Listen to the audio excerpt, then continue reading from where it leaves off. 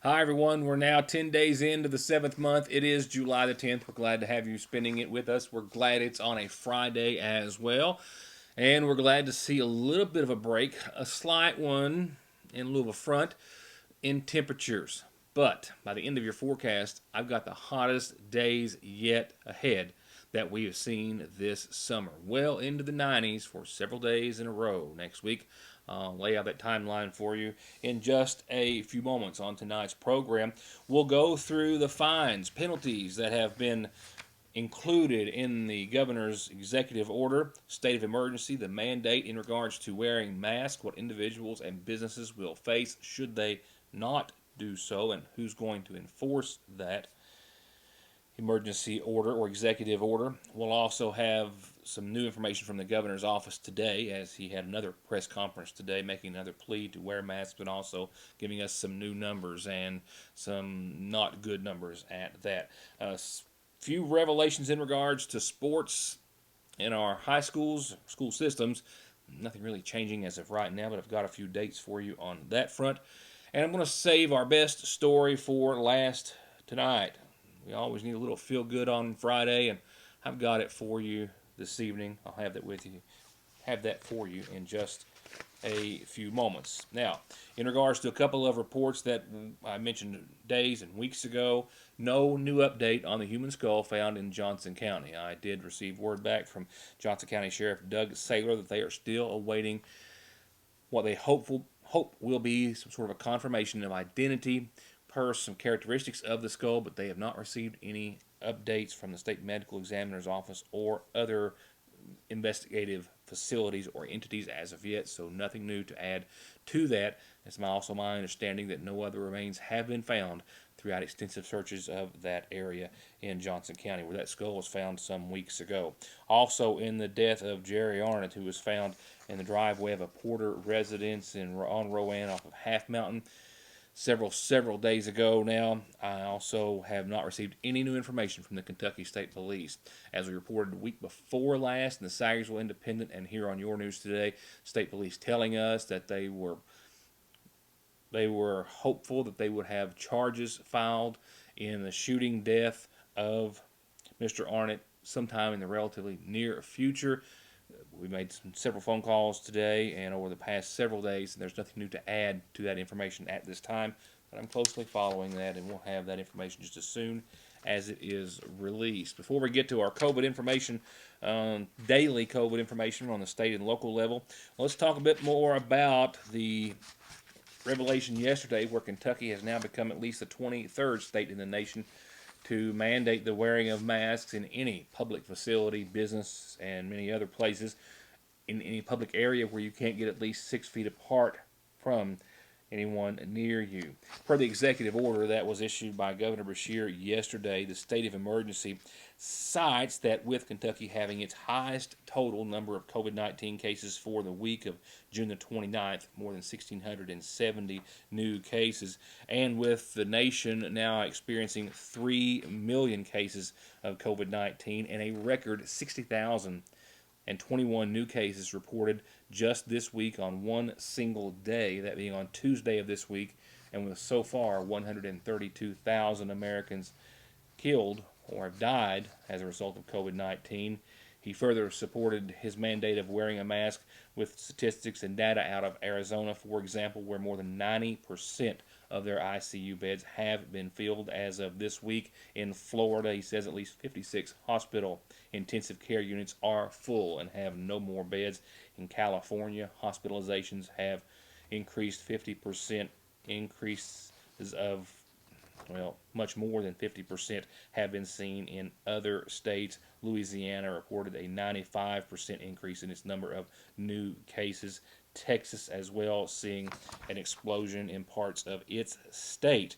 All that, he says, reasoning for issuing and many other bits of data that he referred to on yesterday's announcement.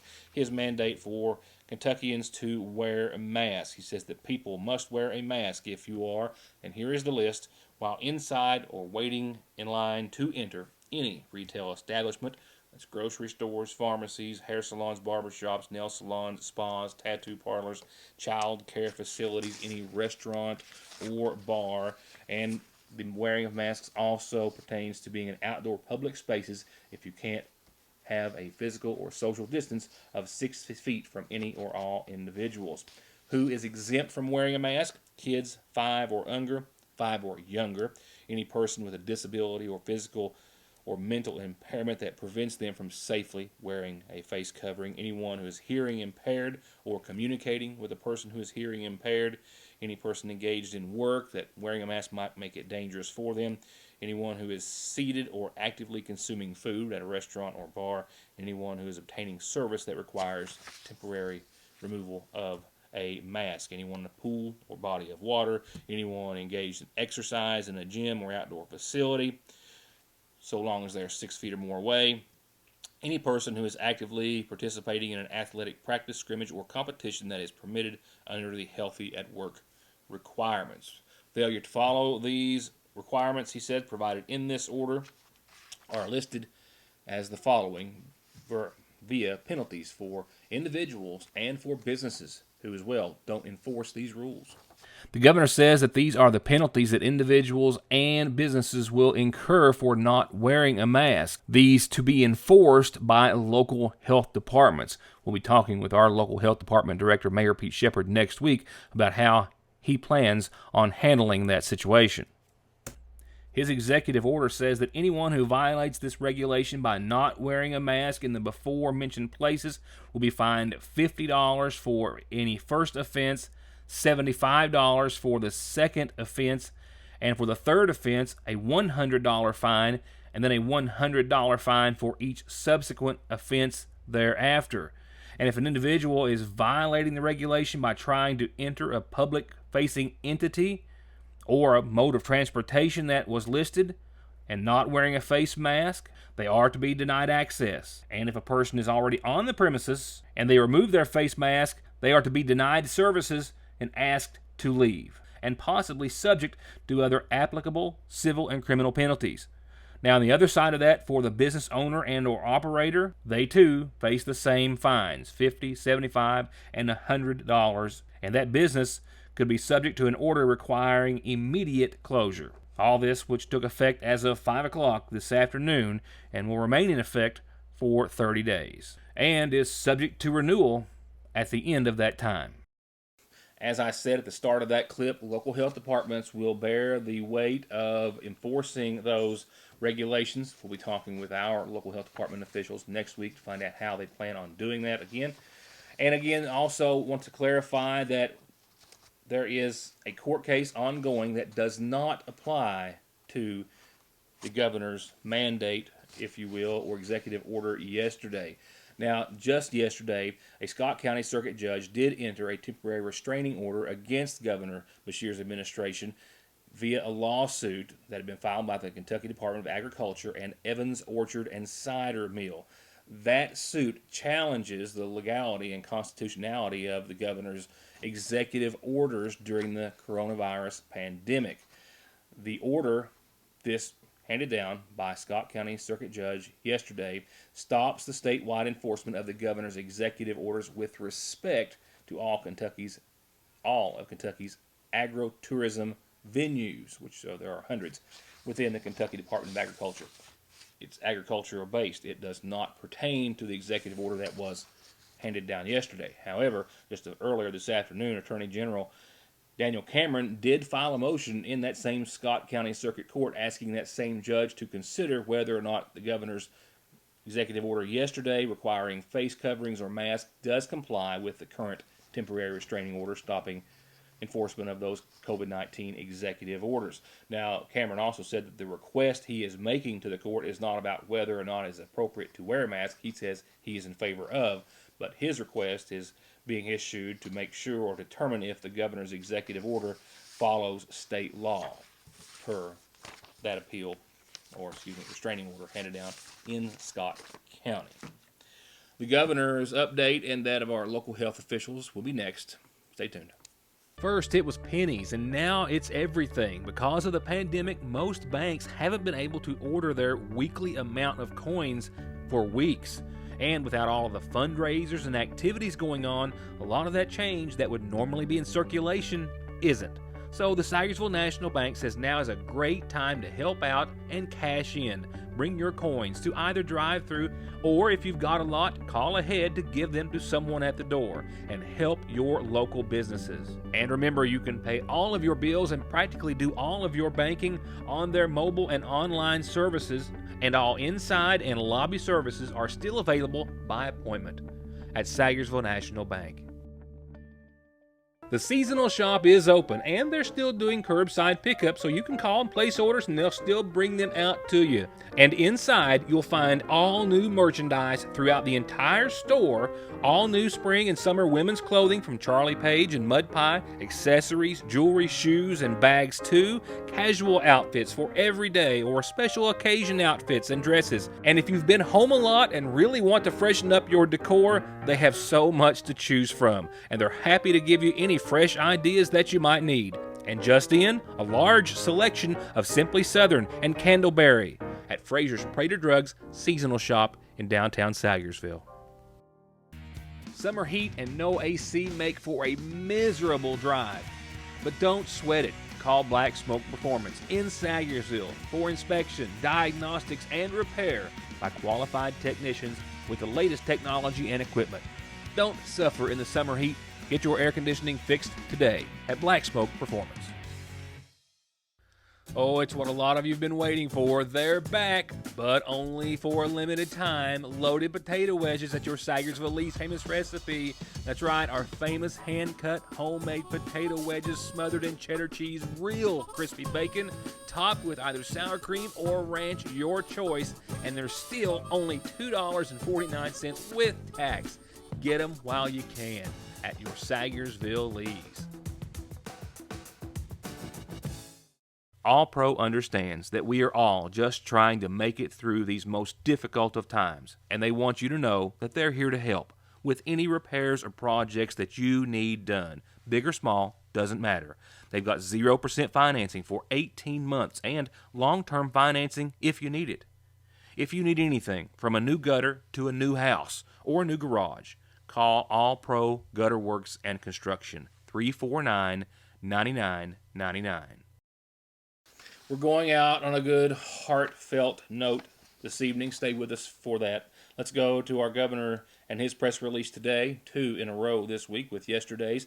After making another plea to wear masks, citing data showing an explosion of coronavirus cases in other states, the governor also said that today he was announcing the second highest total of cases since the pandemic began. However, that number could be seen as the highest in some manner. He also said that a higher percentage of people being tested are testing positive, and that there is a very high number of very young people in today's list of COVID-19 cases. I saw a statistic earlier that just in the last 3 days, Florida has had more new cases than we have had since the beginning of this virus. Don't go to a Florida beach. If you do, you and your family right now are almost likely to get it. 20%, 1 in 5 that are being tested in Florida have it. Let's not take a 20% shot of getting COVID and spreading it through your family or bringing it home. And that's not to try to cast blame on anybody who has it. It spreads fast, and most of the time it's not anybody's fault. But it's about us doing everything we can to make sure that we are protecting the people around us. This is really alarming. That's why we're acting early, that's why we're acting fast. And that's why no matter what people try to throw out there, and I'll answer questions later, but yes, this is mandatory regardless of anything else that's out there, and we can explain why. But this is really important to do so that we don't have to order more trucks, so that we can take care of everybody. When what we saw in New York is happening in other places, it's happening right now. Let's not let it be us. So today's report is the second highest total, I believe, that we've ever had in Kentucky.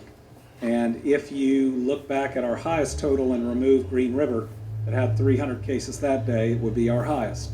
So today we're reporting 426 new cases of COVID-19. Brings our total cases when we remove duplicates to 18,670. Of that, 17,890 are lab confirmed and the rest are probable. So, you want to know why we got to step up our game? I think Coach Cal said that the other day. It's because COVID is stepping up its game. And more people are testing positive, and it's not just because of more tests. In fact, our positivity rate, which is based on a 7-day average, 2 weeks ago was 2.47% of people who were being tested positive. Last week, 2.87%. This week, 4.5%. That shows you what's happening, but we can address this, and we can do it now. Keep your social distance, wash your hands, follow the rules and restrictions at work and at home. Don't leave the home if you don't have to. Reduce your contacts and wear the mask. That's what we have got to do to defeat this virus. Among all of those new cases today were several young children. One 3 months of age, one 1 month of age, 9 months, 3 years, 2 months, 5 years, 2 years, 1 year, 4 months, 3 years, 4 years, 5 years of age, and some other very small children included in that very high number of COVID-19 cases reported in just the past 24 hours. He also confirmed another 8 Kentuckians have lost their lives in the same time frame. The governor also said that if you see the phone number of 502-333-9130, pick up the phone. That is the unemployment insurance office calling you about your claim. 502-333-9130. In the world of robo and other calls, a lot of us, including myself, just don't answer it if you just don't know it. But that is one that you'll want to certainly pick up the phone for. On a local level, Mayor and Public Health Director Pete Shepard confirmed today that there are no new cases, still holding at 7 here in Magoffin County. Nothing else new to add to that number or on that topic locally. With that said, I still have some good news to go out on right now. Let's go to a brief community calendar, followed by some other announcements. Yep, the briefest, in fact. No birthdays to even share with you tonight, and that's kind of a rarity. But when you do have one or an anniversary, remember, you can have them here on the program for free, and the same goes for the Sagersville Independent as well. Birth announcements, too. All brought to you here by Magoffin Farm Bureau. Your local agent, Doug Green. Turning to this evening's funeral service listings, we do have a reminder of services to be held this Sunday at 2 for 89-year-old Ed Cottle of Sagersville, who passed away on Wednesday. Survived by his son, Diston Cottle, and sister Stella Joseph, as well as a number of grandchildren. Funeral services for Ed Cottle, again held this Sunday from the chapel of the Sagersville Funeral Home. The family will welcome friends for visitation tomorrow evening after 6.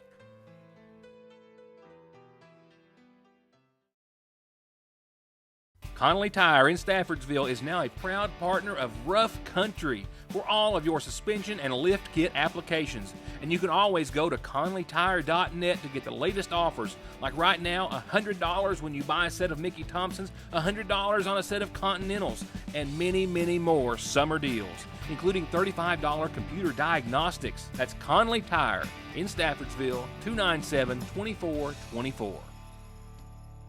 Car accidents don't stop. Accidents at work don't stop.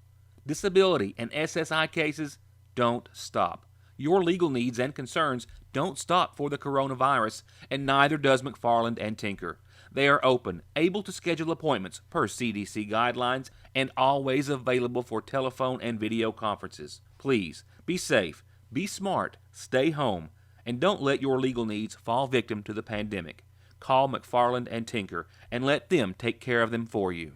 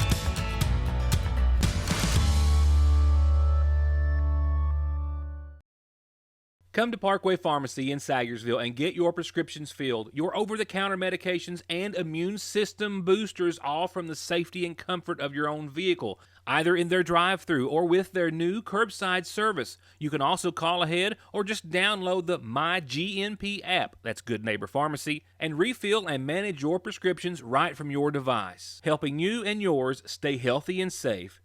Parkway Pharmacy in Sayersville, 349-4400. Before I get to our next report and your weather forecast, I've got an update for you from the Kentucky High School Athletic Association and its Commissioner Julian Tackett.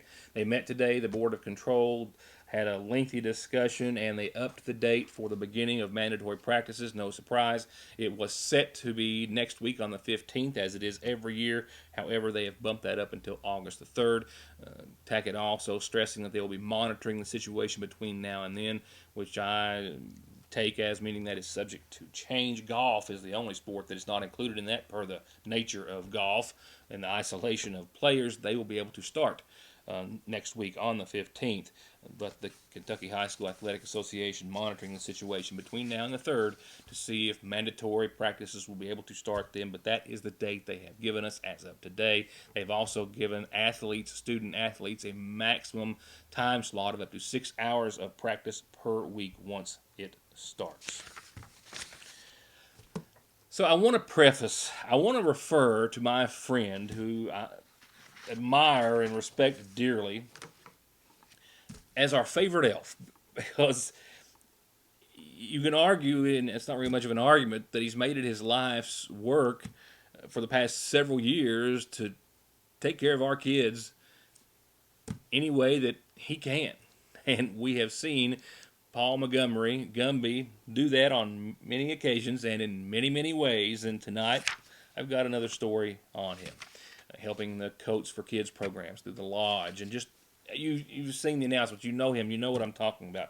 When it comes to seeing and recognizing a need and quickly responding and rounding up the troops to respond, Paul Gumby Montgomery certainly has set the bar, and it's a very, very, very, very high bar. More than just his fellow Magoffin Countyans this time, as they often do, have come to the aid of many of our kids who, for various reasons, are more than deserving of the support they have received. I'm not talking just about this particular event or project, but all those in their entirety and their history.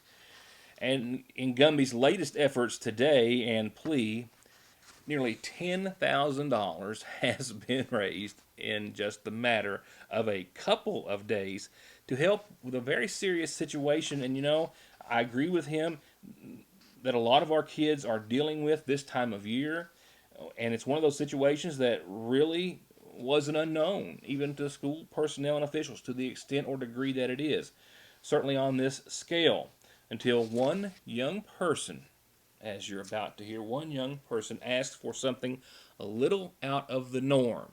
Not a video game, not a toy, but a fan. Well, we had one student, and in particular, and Children Incorporated, they actually sponsor a child, and most students will ask for toys. They'll ask for maybe clothes, different kind of clothes, but this particular student actually asked for a fan. They wanted a fan from their sponsor. So it started from there, and my family resource director, Carrie Allen, and my secretary at North Magoffin, Vanessa Montgomery, they've made a lot of trips around town and throughout the community, and I honestly didn't know there's such a need for this. And my secretary called me on her cell phone. She said, Keith, there's a family, they had 5 kids in a home with no fans, and Carrie had actually bought a couple of fans just on a whim, and she had them with her. And Vanessa called me on the cell phone, and she got up with me and was telling me about how they give these fans, and that's really where the idea come from. I just made the call to Paul. I thought it was a need in the community, a need I wasn't even aware of. A need that has been met by many.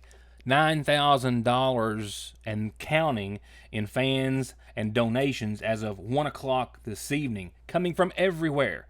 For example, the folks at Double Quick who called Gumby this morning and came to the Sayersville location this afternoon with a truckload. So I've got a phone call this morning that our owners wanted to be involved. They heard about this and wanted to be involved, and we just scrambled around and tried to find as many fans as we could.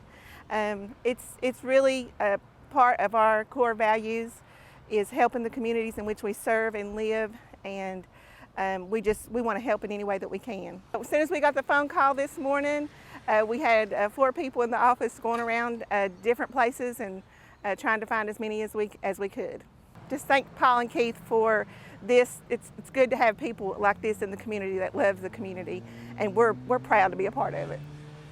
He called me and said, "You reckon we can find fans and take down?" I said, "Yeah, we'll go buy 7 or 8 of them, whatever." Then people started calling, like the Double Quick here, Eagle Air, just several different companies, some churches. So I took them 7 down to Keith, and then come back to the house.